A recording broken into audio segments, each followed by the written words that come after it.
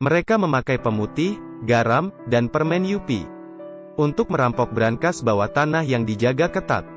Cara mereka merampok dan strategi pelariannya luar biasa. Saat teman-temannya sibuk merampok, mereka justru mengembalikan sebagian uang. Sangat berbahaya. Apa ini untuk mempermainkan polisi? Jimmy menggali terowongan. Ia tak sengaja melubangi dinding. Dia menemukan saluran pipa plastik.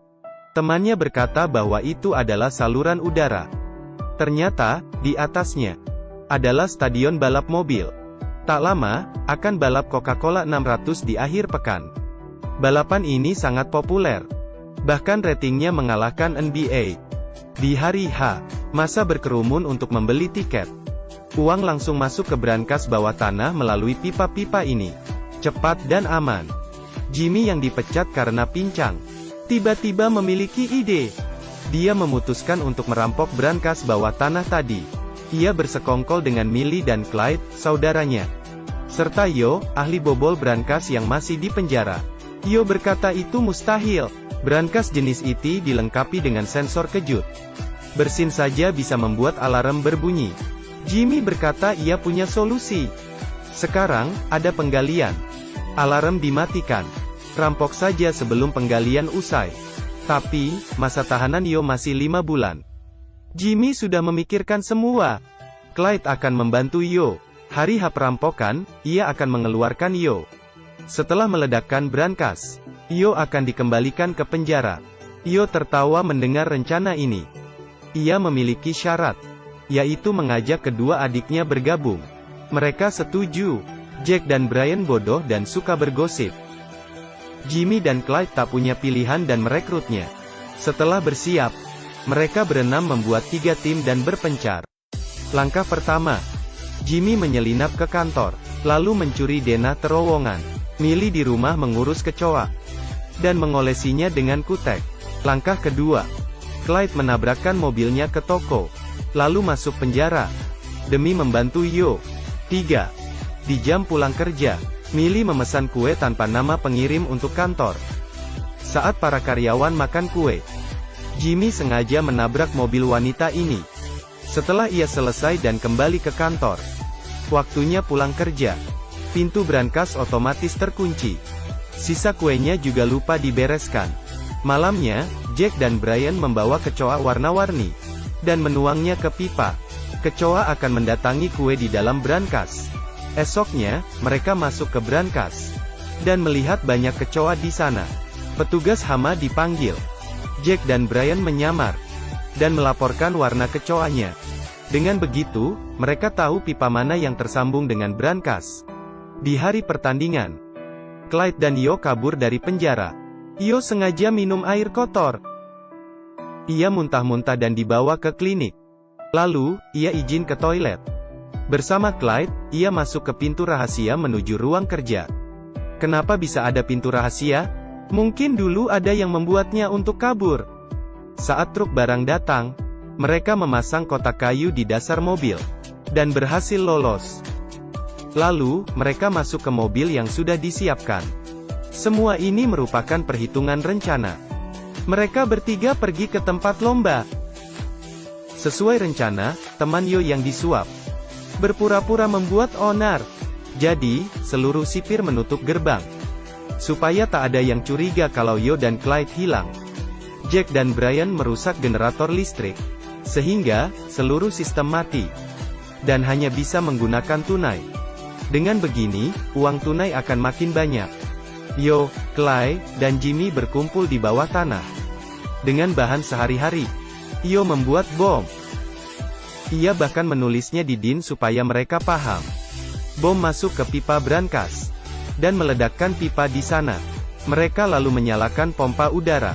Prinsipnya seperti vacuum cleaner raksasa. Dengan mudah, uang tersedot ke kantung plastik. Tapi, asapnya keluar dari pipa lain. Petugas jadi curiga. 2 satpam turun memeriksa. Mereka menemukan sumber asapnya. Saat dibuka, ternyata ada seorang petugas yang merokok. Pria ini ternyata juga komplotan perampok. Ia berhasil mengalihkan perhatian satpam. Tak lama, kantung mereka penuh dengan uang. Jack dan Brian menyetir mobil pergi. Tapi, mereka dihalangi pintu besi. Pintunya terkunci. Makin lama di sini makin bahaya.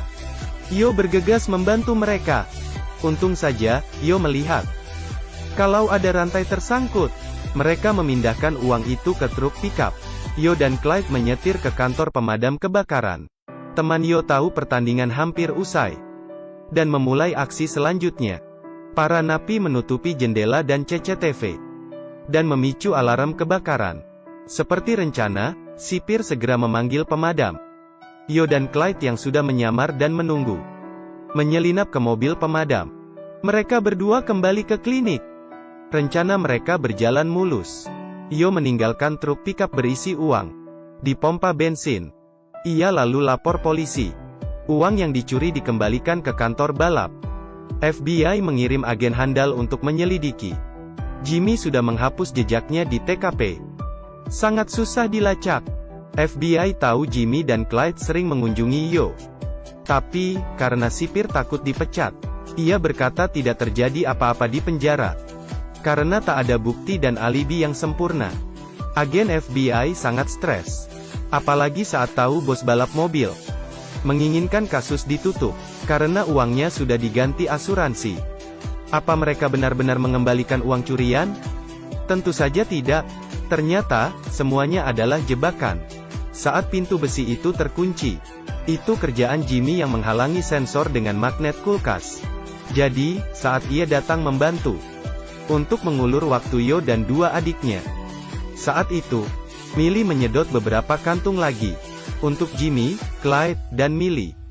Yo menyuruh Clyde memasukkan tangan palsunya ke plastik dan mencampurnya dengan sampah biasa.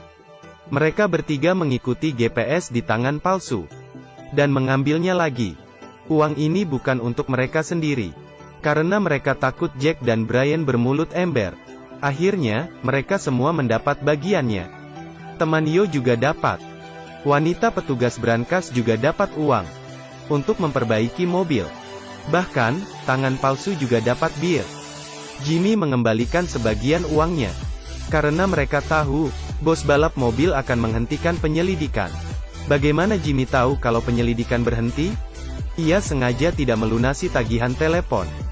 Kalau FBI membayar tagihannya, berarti ia disadap, dan penyelidikan masih berlangsung. Kalau nomornya mati, berarti ia sudah aman. Meski film ini agak berhayal, tapi alurnya berkaitan, dan adegannya sangat lucu. Meski di internet ratingnya rendah, tapi aku suka. Aku Kaki Minyak. Kalau suka like. Sampai jumpa.